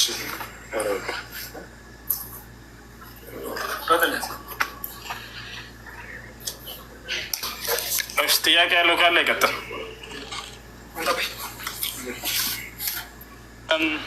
እኔ ማለት በአማርኛ ብተረጉምልኝ ደስ ይለኛል። ከዛ ጥያቄ ምንድነው የኔ ምንድነው ሐዲሱ የሚያወራው? በፍርዱ ቀን የሰው ልጅ በጭንቀት ወደ ነቢያት ሁሉ ሲሄዱ አዳም፣ ኖህ፣ ኢብራሂምና ሙሴ የሰሩትን ስህተት እያሰቡ ኃጢአት ማለት ነው እኔ ራሴን እያሉ ይፈራሉ። ከአንድ የአላህ ቃል ወይም ከለሜቱ አላህ የአላህ ቃል ኢሳ ከሚባለው ውጭ ሁሉም ነቢያቶች እኔ ራሴን እያሉ ይፈራሉ። እንዴት ማለት ሁሉ የሰው ልጅ ነው። በእስልምና ኢሳም ሰው ነው ፍጥረት ነው ተብሎ የሚታመን ከሆነ ሁሉም ነቢያቶች አንተ አይሰሩም ብለኛን ቅድሚያ ኃጢአት ስህተት አልሰሩም ብላን፣ እዚህ ግን ሁሉም ይፈራሉ። ኖህም ሙሴም የሰሩትን ስህተት እያሰቡ እኔ ራሴን እያሉ ይፈራሉ ይላል። ከኢሳ በስተቀር የአምላክነት ባህሪ ባይኖረው ኑሮ ሰው ነው ካላችሁ ፍጡር ነው ካላችሁ ኢሳስ ለምን ራሱ አልፈራም ነው?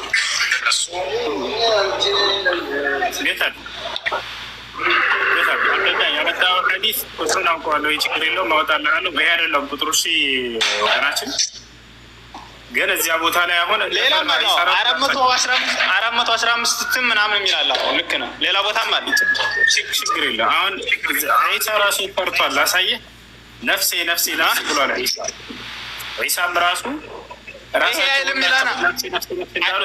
እንደማይል ነው የሚያሳየው። እሺ ስንት ቁጥር ስንት ላይ ነው የሰጡህ? ማንም አልሰጠኝም፣ በራሴ ነው። ተርጉምልኝ 59:17 በአማርኛ ተርጉሙ። 59:17 ማን ነው? ቡኻሪ ነው ሙስሊም ላይ ነው? አልቡኻሪ ያው እኮ እዚህ ጋር ያፋታል። 59:17 ይሆና ይታያል። ኦኬ በአማርኛ ተርጉሞች ስለሌላ ላይ ወጥናም ተርጉሙ ወይም እንግሊዝኛውንም አድርግልኝ፣ እኔ እረዳዋለሁ። ችግር የለውም፣ ብዙም እረዳዋለሁ። በጣም ጥሩ። ያው እሺ እንግሊዝኛ Okay, is due to the copy of the scripture in matters which there was no order from Allah. The people of the scripture used to what is your argo? To let their hearing hang down with the pagans used to part their hair, so the prophet let his hair hang down first, but later on he parted it. ስለተናገርክ ያወራል። ሌላ ነው ቆይ አንዴ ብቻ ላይ አይ ችግር የለውም። አብሽር ፈታ ይሄ ተጫወትክሽ ወጣ ያ ሰላም። እሺ ስንት ላይ ነህ? 47:12 እሺ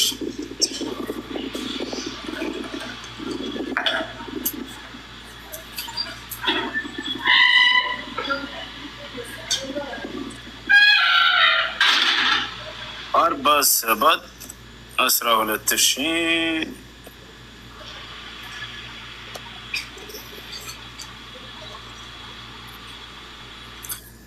አሁን ያወጣው ሐዲስ እሱ ትክክል ነው። እሺ እዚህ ቦታ ላይ ዒሳ ነፍሴ አላለም? እሺ እንመልከት። ወደ አማርኛው ኮፒ አድርገህ ተርጉምልኝ። እሺ ችግር የለም። እያየሁ ቢሆን ደስ ይለኛል። ችግር አኗር መተርጎም ትችላለህ። ያው እነዚህ ጋር ምን እንዳለ ተመልከቱ። አንድ ላሳያቸው ለልጆቹ። ሁሉም ነብያት ነፍሲ ነፍሲ ነፍሲ ይላል። እንግሊዘኛውን ይሄን ለእነሱ ታስረዳቸዋለህ። ለእኔ እንግሊዘኛው ችግር በቃ እንግሊዝ እንዳውም አንተ እንድትረዳው እንግሊዝኛው ላይ ላሳይህ። እሺ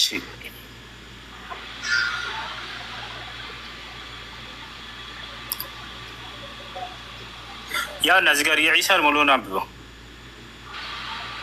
ችግር የለም። የዒሳንም እዚያው ነፍሲ ነፍሲ ነፍሲ እንደሚል ተመልከቱ።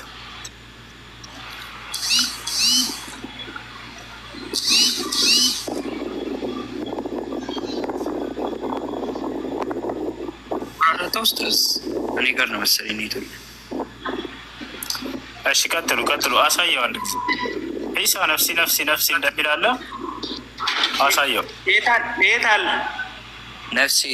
ነፍሴ በእጁ እያለ ይናገራል እዚህ ጋር። ቆይ እሱ ከሆነ እኮ ኢሳ የታል? ከላይ ያሉ አንተ ያለ መልእክተኛ ነህ። ያው እዚህ ጋር ማን ይላል? ኦኬ ኢየሱስ አሳልፈው እና በሁሉንም አሳልፈው ወደዚህ ና ያው እና እዚህ ጋር አንድ ትልቁ ላይ አድርገኝ ችግር የለውም ጋይስ። ቆይ ያየሁት ነው ከሱ ጀምረን አንብበው። አሁንሽ አንድ ትልቁ ላይ አድርገኝ አንድ ጊዜ ላሳይ። እሺ አንድ ጊዜ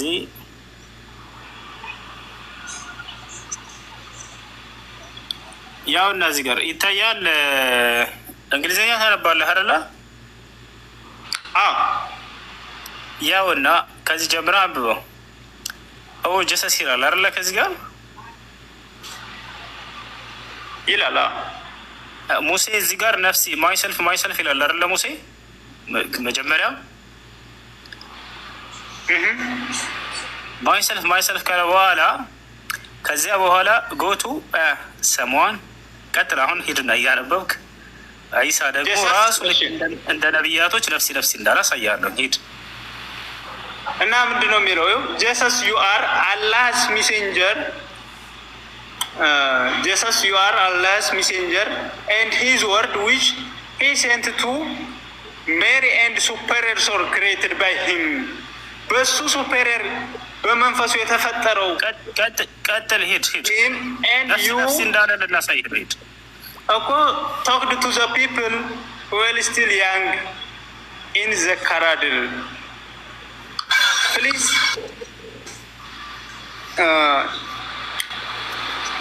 ኢንተርሲድ ፎር አስ ዊዝ ዘ ሎርድ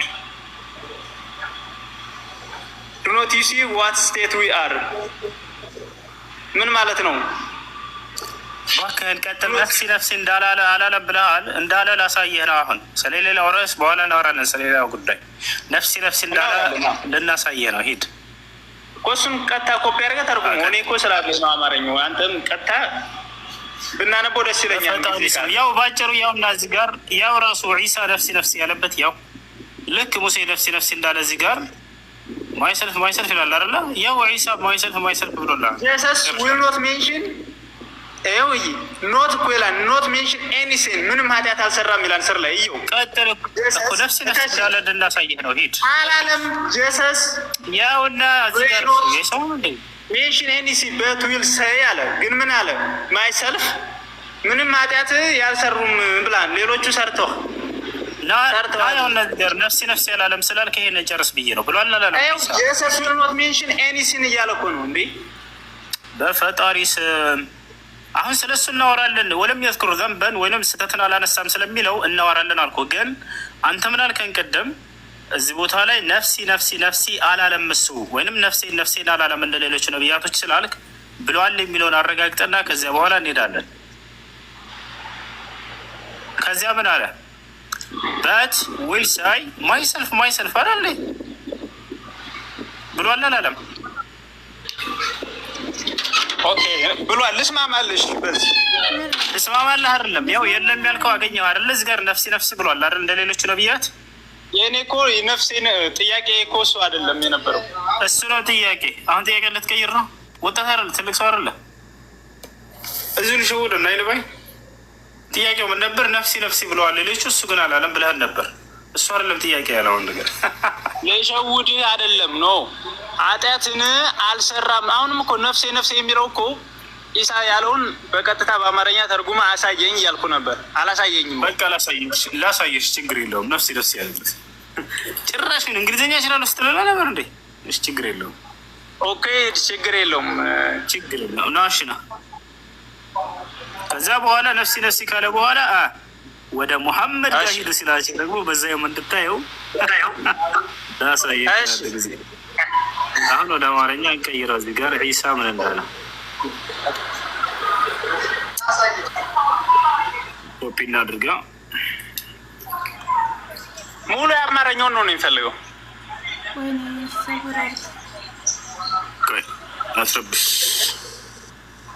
ላትረብሽ። እሺ ያውና በፊትም ብሎ ኢየሱስም የትኛውንም ኃጢአት አይጠቅስም ካለ በኋላ ነገር ግን እኔ ራሴ ይላል። ወደ ሌላ ሰው ሂዱ፣ ወደ ሙሐመድ ጋር ሂዱ ይላቸዋል። አየሁ አይደለ? ስለዚህ ወደ እኔ ይመጣሉ። ሙሐመድ ሆይ አንተ የአላህ መልእክተኛ ሰለላሁ ዐለይሂ ወሰለም እና የነቢያት መጨረሻ ነህ እያሉ ከዚያ ይናገራል። ኢየሱስ ምን ይላል? ወደ ሙሐመድ ጋር ሂዱ ይላል አይደለ? አሎ ቆይ እስኪ አዲሱን ሙሉ የሚለውን ልንገርህ ነኝ። ወደ ሙሐመድ ጋር ሂዱ ይላል አይደል? መጨረሻ ላይ ይሄን ስም አይተዋል። ቆርጠዋል እኮ ሙሉን አይደለም ኮፒ ያደረገው። በፊትም ሆነ በኋላ አይሆንም። ኢየሱስ በቃ ሁሉንም ያደርግልህ። ሂድ አኗር አንዴ ሙሉውን ክፈትለት። ያውና ራሴ ያለበት ከዚያ በኋላ ክርስቶስ ምን ይላል? ወደ ሌላ ሂዱ ይላል። ወደ ማን? ወደ ሙሐመድ ጋር ሂዱ ይላል። አየህ፣ ያ ነው። ተረዳ አሁን? ኦኬ። የእኔ ጥያቄ እኮ አዳምጠኝ። ወደ ኢሳ በሚመጡበት ጊዜ ግን አለ ኢሳ የጠቀሰው ምንም አይነት ኃጢአት ወይም ጥፋት የለም። ሌሎቹ ነፍሴ እኮ ቁርአንም ቢሆን የሌሎች ነቢያት ስህተትና ይቅርታ መጠየቅ ሲናገር ስለ ኢሳ ግን ፈጽሞ ኃጢአት አለበት የሚል ጉድለት የሌለበት መሆኑን ይመሰክራል። እኔ ያልኩ ይሄ ነው። መጀመሪያ ሰምተን ነው ሁሉም ኃጢአት አልሰሩም አልከኝ። ሌሎቹ ኢሳ አልሰራም ነበር።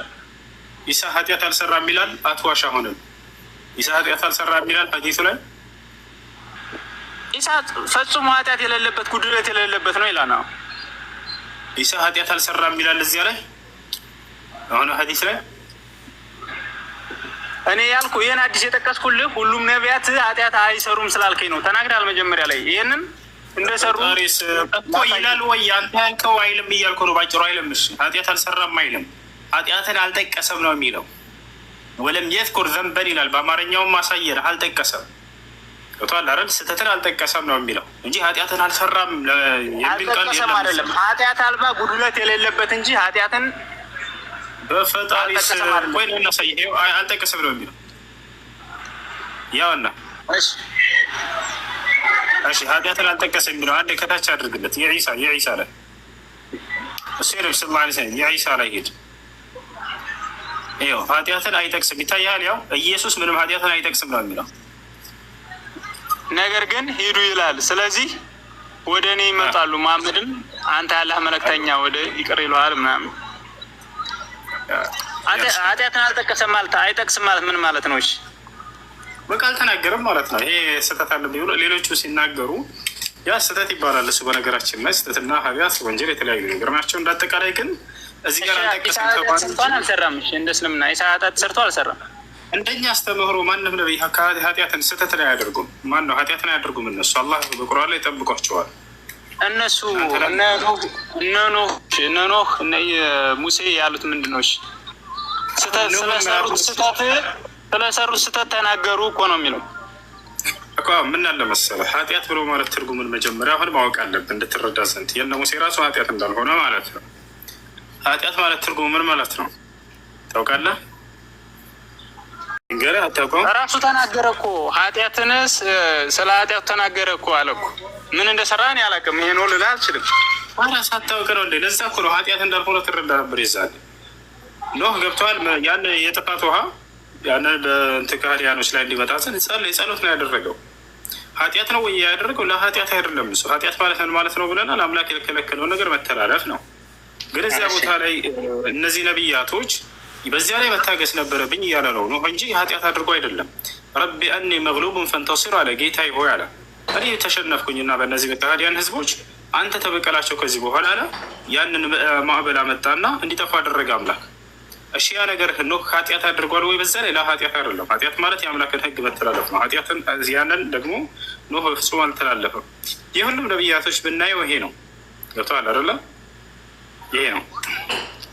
ኦኬ እሺ፣ ስለ ኃጢአት ካመጣህልኝ ለሙሴ የተሰጡት ህጎች ምን ነበሩ? በእስልምና ለሙሳ ማለት ነው። ልክ የእስልምና ትእዛዛቶች ማለት ነው። የእስልምና ትእዛዛቶች ምን ነበሩ? እስኪ እነሱ ነገር እስኪ። እሺ 10ቱ ትእዛዛት። እሺ ጥያቄ ምንድን ነው? 10ቱ ትእዛዛት አትግደል፣ አታመንዝር፣ አትስረቅ። ኦኬ ታዲያ እነዚህ ትእዛዛቶች በነብዩ መሐመድ አልተሻሩም ብለህ ታምናለህ? አልተሻሩም አሉ። ሁላቸውም ማለት አልተሻሩም። ጁምዓ ቀን ማን ነው? ቅዳሜ በሰንበት ቀን አትስራ የሚለው ብቻ ይሄ ቀናቶቹ ለሶስቶቹ የተለያየ ቀን ተሰጥቷቸዋል። ሙሴ የሰንበት ቀን እንደዛ ከሆነ አትግደል የሚለው ህግ እኮ ተሽሯል።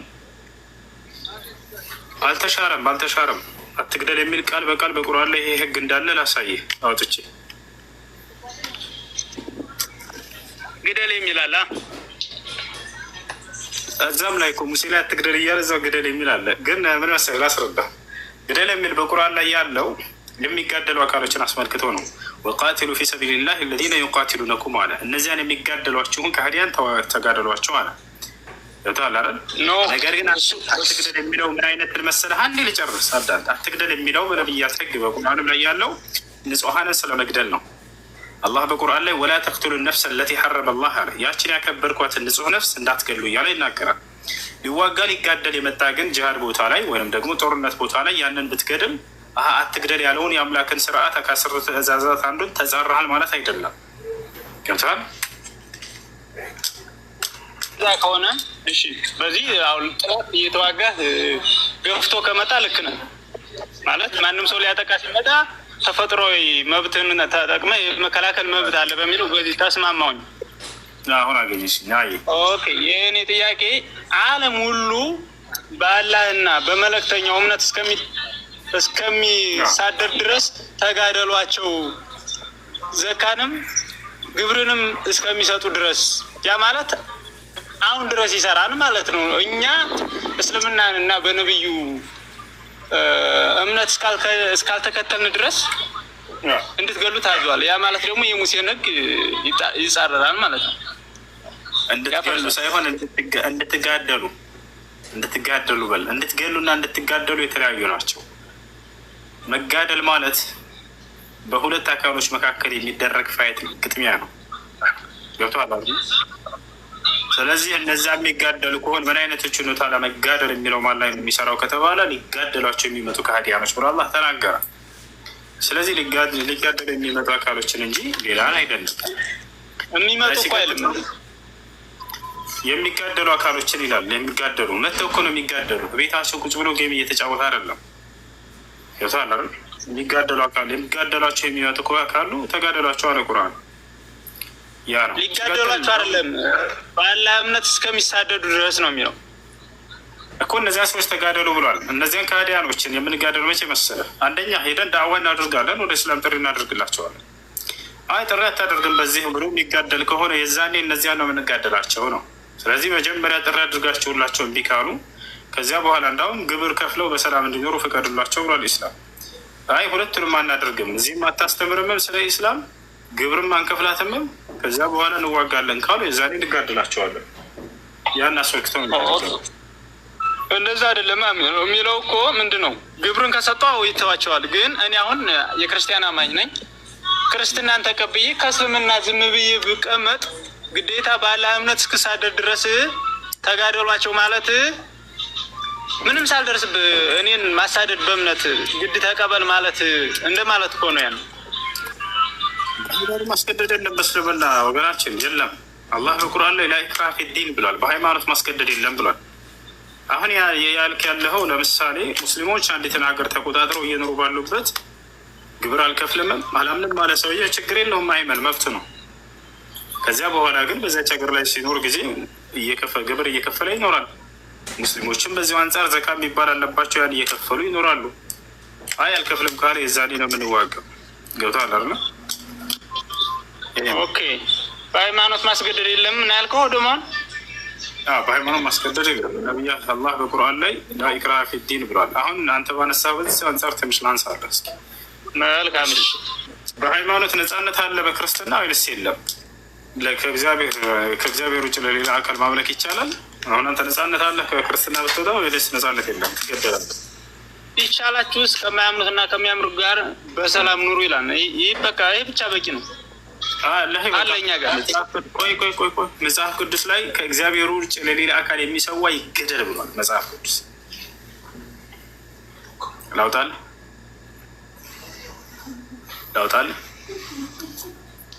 አላውቀውም። ምናልባት እኔ ግን አሁን ለአንተ ጥያቄ አለኝ። በሃይማኖት ማስገደድ የለም ያልክ የሆነ አዲስ ላይ ያስወሳለሁ።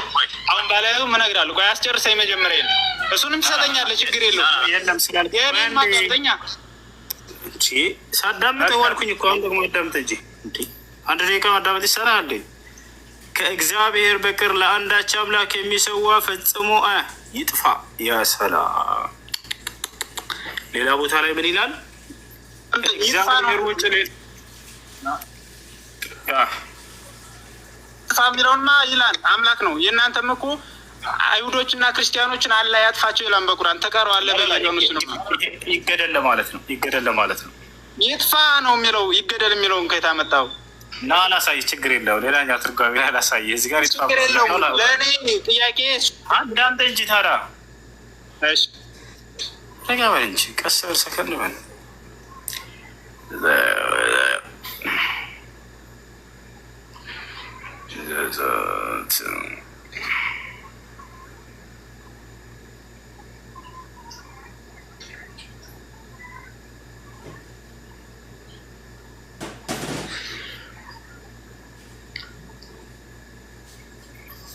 يا سلام.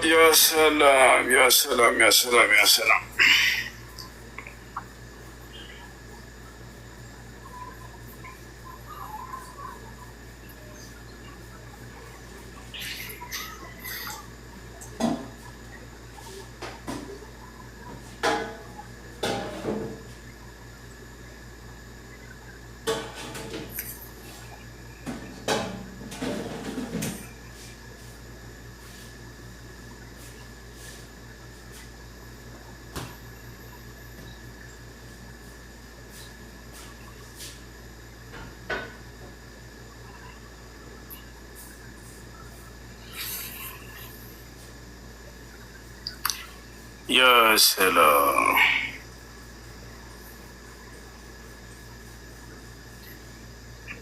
ና ያውና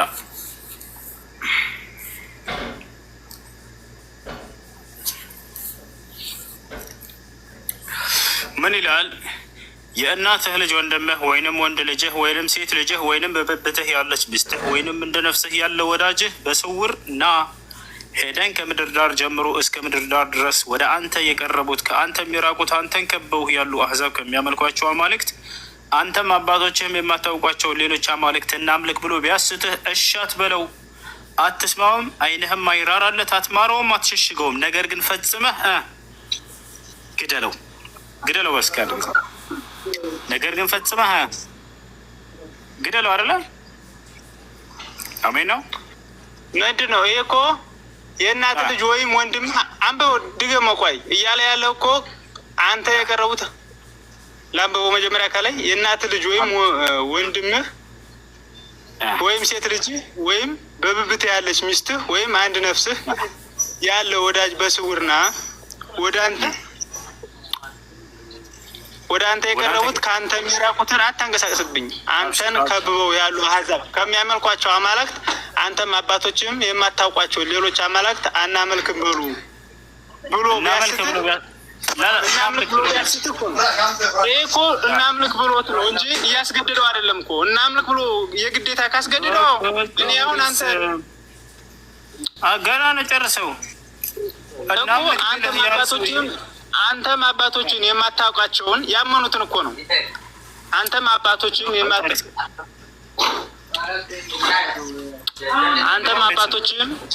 ኢንተራፕት አታርገኝ፣ አዳምጠኝ። እኔ እኮ አዳምጫ አይደለም። አይ ይቀጥልሽ።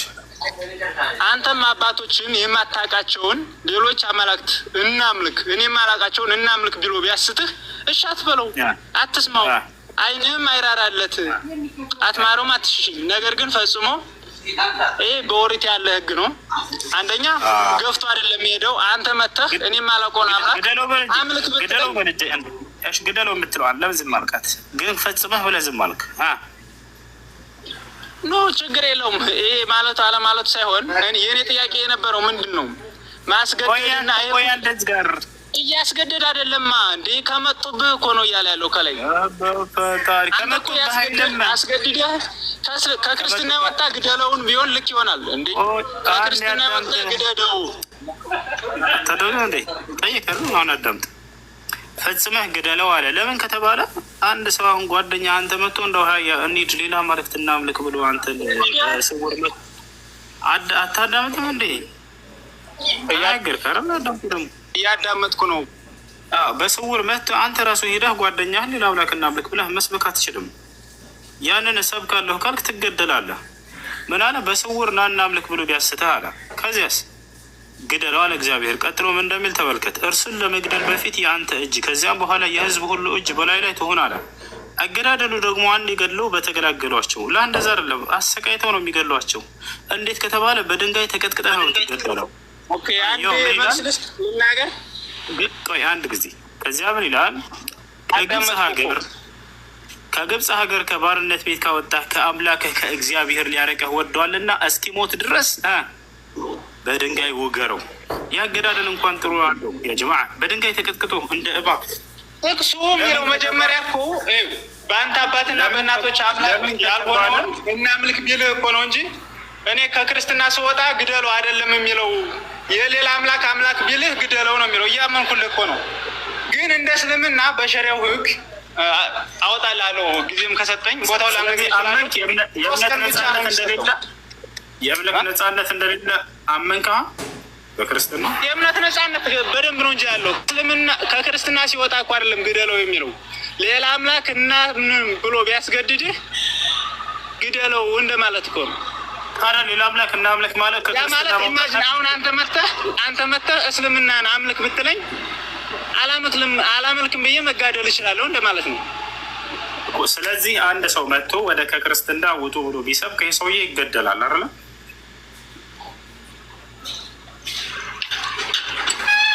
ከእስልምና ይሄ አንደኛ በኦሪት የነበረ ህግ ነው። ለኦሪቶች የተሰጠ ህግ ነው። ያንን ህግ ማን እያልኩ ያለሁት የእምነት ነጻነት ማለት በራስህ እምነት ላይ ያለ ነጻነት ነው። ኢማጂን ለምሳሌ አሁን አንተ ከተናገርክ በኋላ አዳምጥ። ይኸውልህ የኦሪት ህግ ነው። አሁን አንተ ለማምለጥ ሞከርክ። የኦሪቱን ህግ የአዲስ ኪዳኑ አምላክ ነው ያወጣው? ኢየሱስ ነው ያወጣው ወይንስ ኢየሱስ አይደለም? ግደሉ ያለው እዚህ ኢየሱስ ነው አይደለም? ህጉን ራሱ ነው ያወጣው። ያኔ በሰዓቱ የተዳደሩበት የነበረው። ስለዚህ ኢየሱስ ግደሉ ብሏል። ህፃናቶችንም ሁሉ ግደሉ ብሏል አይደል? ኢየሱስ የራሱ አውድ ይሆናል። እኔ እኮ ጠመዘዝከኝ እያልኩ ያለሁት ይለያያል። በራሴ ስላለኝ እምነት ነው እኔ ያልኩ። አሁን ከክርስትና ከወጣ ትገደላለህ ብባል ይሄ ልክ አይደለም። የፈለኩትን የማምለክ መብት አለኝ። ሌላ ሰው ግን መጥቶ ይሄን አምልክ ብሎ ሊያስገድደኝ አይችልም። ክርስትናን ተውና እስልምናን ተቀበል ብትለኝ ልክ አይደለም ነው አይደል? አሁን በእኛ ምን አለ መሰለህ፣ እሺ አላህ ቃል በቁርአን የማይገናኝ ሀሳብ እኮ ስላመጣብኝ ነው። አንተ እኮ ቀጥታ አድርገህ ያመጣው ግደሉት ብሏል። ልክ አለ አይደል? ከክርስትና እንደሚሆን እኔ እያልኩ ያለሁት ሰማክ ቅርታ ተናገርክ አይደለ? ልክ ልናገር ስለ እንደገና ደግሞ መልሶ ይናገራል። ልክ ልናገር ስለ እንደገና መልሶ ይናገራል። መደማመጥ የሚባል ይኖር እንጂ። እሺ ኦሜጋ ሰላም፣ እንዴት ነው ኦሜጋ? አለ ኦሜጋ የለም።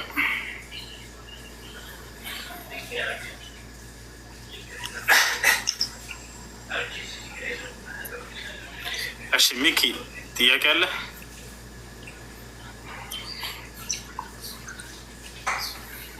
አሎ ሚኪ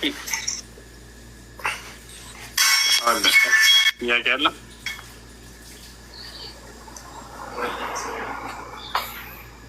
ያ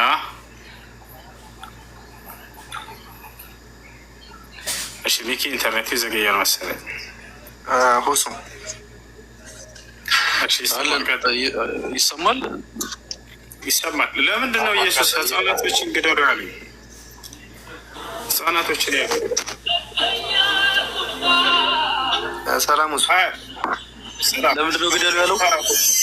ለምንድን ነው ህጻናቶችን ግደሉ ያለው? እግዚአብሔር ዘራቸውን ፈጽሞ ለማጥፋት ነው። ወላጆቻቸው እና አሳዳጊዎቻቸው ሙሉ ለሙሉ ኃጢአተኞች፣ ከሃዲዎች፣ ዲቃላዎች፣ ዘራፊዎች ስለነበሩ ያው ልጆችም የነሱን ስለሚከተሉ የአማሌቃውያንን ዘር ለማጥፋት